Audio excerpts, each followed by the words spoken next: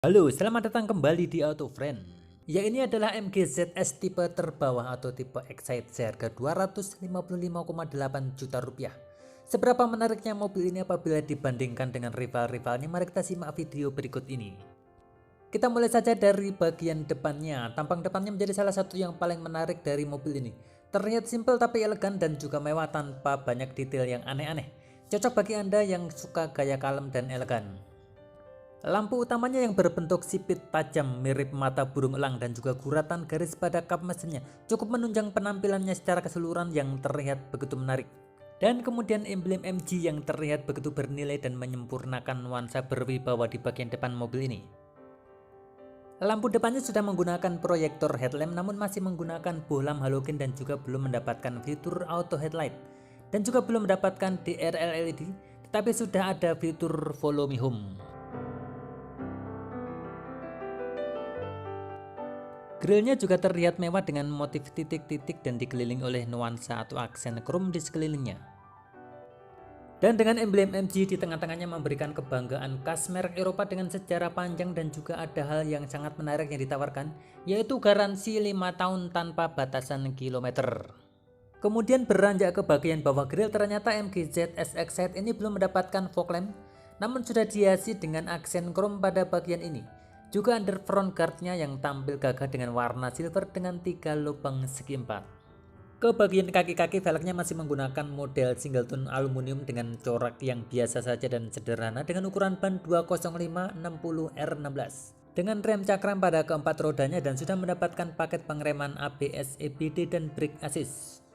Sekitar ban juga dikelilingi oleh over fender atau add-on bodykit berwarna hitam khas sebuah mobil crossover atau SUV-SUV-an. Ke bagian samping, spion sudah memiliki fitur auto folding atau auto retract dilengkapi pula dengan indikator belok arah atau lampu sein. Oh ya, untuk tipe bawah ini belum mendapatkan pengoperasian wiper secara otomatis karena hanya ada pada tipe atas atau tipe Ignite. Mobil ini memiliki dimensi panjang 4314 mm, lebar 1809 mm, tinggi 1624 mm, dan ground clearance-nya adalah 165 mm, atau lebih panjang 2 cm, lebih lebar 3,7 cm, lebih tinggi 4,4 cm, dan lebih ceper 2 cm dari Honda HR-V. Sementara pada bagian atasnya polos-polos saja tanpa adanya roof rail dan tanpa adanya antena sirip hiu. Untuk handle pintu belakangnya menggunakan model biasa dan tidak seperti pada HR-V atau CHR atau jok yang bergaya kekupai-kupaian dengan menyamarkan handle-nya di pintu C. Ke bagian belakangnya terlihat mirip dengan sudahlah, Kia Rio, tapi bagus dan kami suka dengan model sporty seperti ini dengan lampu sipit dan hanya kumis chrome di bawahnya yang masih perlu waktu untuk mencerna desainnya.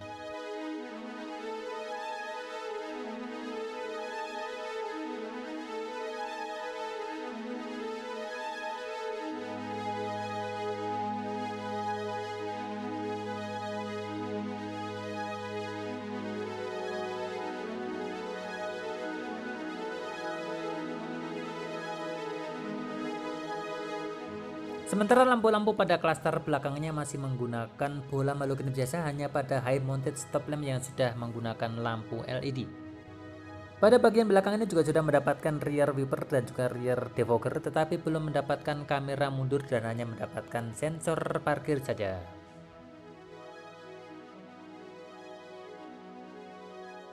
Ke bagian mesinnya berkode 15S4C, DOHC 4 silinder dengan 16 katup VTI Tech 1498 cc, bertenaga maksimal 114 PS pada 6000 rpm dan torsi 150 Nm pada 4500 rpm, yang disalurkan ke roda depannya saja dengan transmisi otomatis 4 tingkat percepatan dengan mode manual pada transmisinya.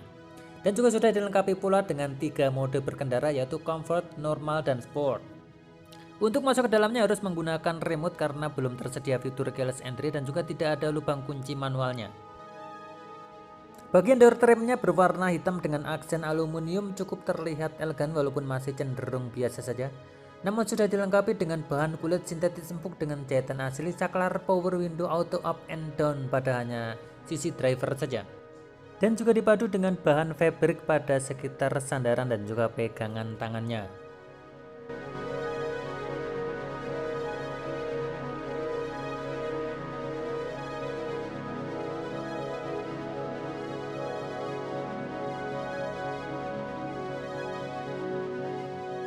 Begitu juga dengan joknya yang masih menggunakan bahan fabric berwarna hitam namun sudah dilengkapi dengan head adjuster yang dioperasikan secara manual.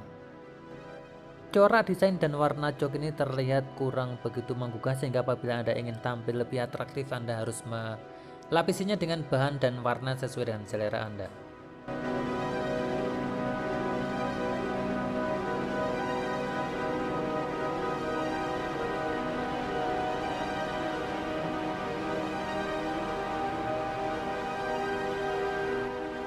Untuk lingkar kemudinya bergaya sporty dengan flat bottom dan juga dilapisi kulit dengan jahitan asli. Dan juga ada tombol audio steering switch di bagian kiri dan pengaturan MID dan juga pengaturan kecerahan lampu speedometer di bagian kanan. Dan dihiasi dengan aksen aluminium cerah di bagian bawah. Sedangkan pengaturan hanya bisa dilakukan naik turun saja atau tilt saja dan tidak bisa dilakukan maju mundur atau teleskopik. Di sebelah kanan lingkar kemudi terdapat laci penyimpanan terbuka dan juga tombol pengatur ketinggian sorot lampu utama dan tombol untuk mengatur kaca spion. Kemudian di atasnya kisi AC-nya merupakan ciri khas MG, yaitu kisi AC yang berbentuk turbin yang menurut kami sangat keren. Apalagi apabila menggunakan bahan piano black glossy dan aluminium yang begitu kontras dan sangat menarik perhatian.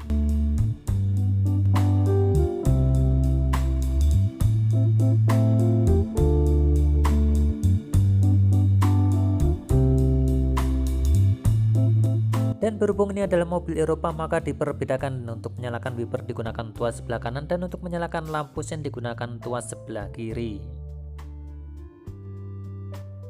Untuk sarana hiburan atau entertainment disediakan layar monitor seukuran 8 inci touchscreen dengan tombol fisik di bagian bawah dengan tombol home bulat yang tidak diberikan keterangan. Sedangkan untuk konektivitasnya hanya ada Bluetooth dan USB atau flash disk dengan speaker berjumlah 4 buah speaker. Ke sebelah bawah tombol pengatur suhu udara kabin atau AC masih menggunakan sistem manual dan analog berupa tombol putar yang katanya mirip dengan kompor, namun justru ini mudah dioperasikan karena tanpa melihat Anda akan tahu di mana posisi penunjuk tombolnya. Turun ke bawah lagi terdapat 2 slot USB dan 1 soket 12 volt. Lalu ada tuas transmisi otomatis dengan 4 percepatan dan dilengkapi pula dengan mode manual. Kemudian geser ke belakang terdapat parking brake dengan model mechanical dengan ujung krom. Juga terdapat 2 buah cup holder di sampingnya. Serta juga terdapat 2 buah card holder. Dan terakhir di bagian ini adalah satu tempat penyimpanan terbuka namun tidak terdapat tutup yang biasanya juga digunakan sebagai handrest. Kombinasi warna dashboard hitam dan silver dan juga untuk laci bagian penumpang depan tidak soft opening atau biasa saja. Secara keseluruhan desain dan layout dashboard dan juga interior di bagian depannya cukup memberikan kemewahan dengan harga hanya 250-an juta rupiah.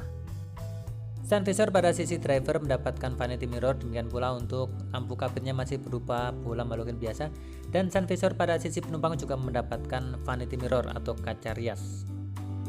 Kemudian kita masuk ke door trim belakang, tampilannya masih senada dengan bagian depannya, didominasi warna hitam dengan bahan puk dan juga dipadu dengan warna silver atau aluminium. Dan juga dikombinasi dengan bahan fabric pada sekitar pegangan tangannya.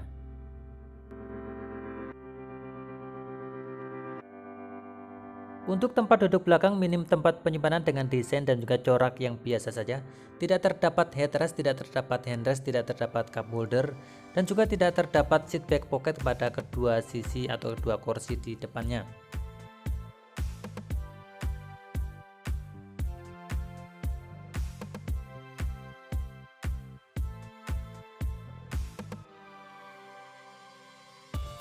Dan kemudian yang unik pada bagian belakang dari mobil ini adalah untuk membuka pintu bagasinya menggunakan emblem seperti ini. Terlihat unik dan terkesan mewah khas mobil Eropa. Jadi kesimpulannya adalah mobil ini memberikan penawaran yang cukup menarik dengan harga yang mirip sebuah LMPV, namun memberikan jaminan gengsi sebuah small SUV yang belakangan menjadi jenis kendaraan yang cukup favorit untuk bergaya sekaligus juga praktis karena ukurannya kompak untuk kegiatan sehari-hari. Walaupun banyak fitur sebuah LSUV yang tidak dimiliki seperti kamera mundur, pedal shift fog lamp, atau juga konektivitas head unit yang lebih fleksibel, namun dilihat secara gaya dan juga fungsinya sudah sangat mencukupi dengan harga 250 jutaan untuk sebuah kompak SUV yang terlihat cukup bergaya. Terima kasih sudah menonton.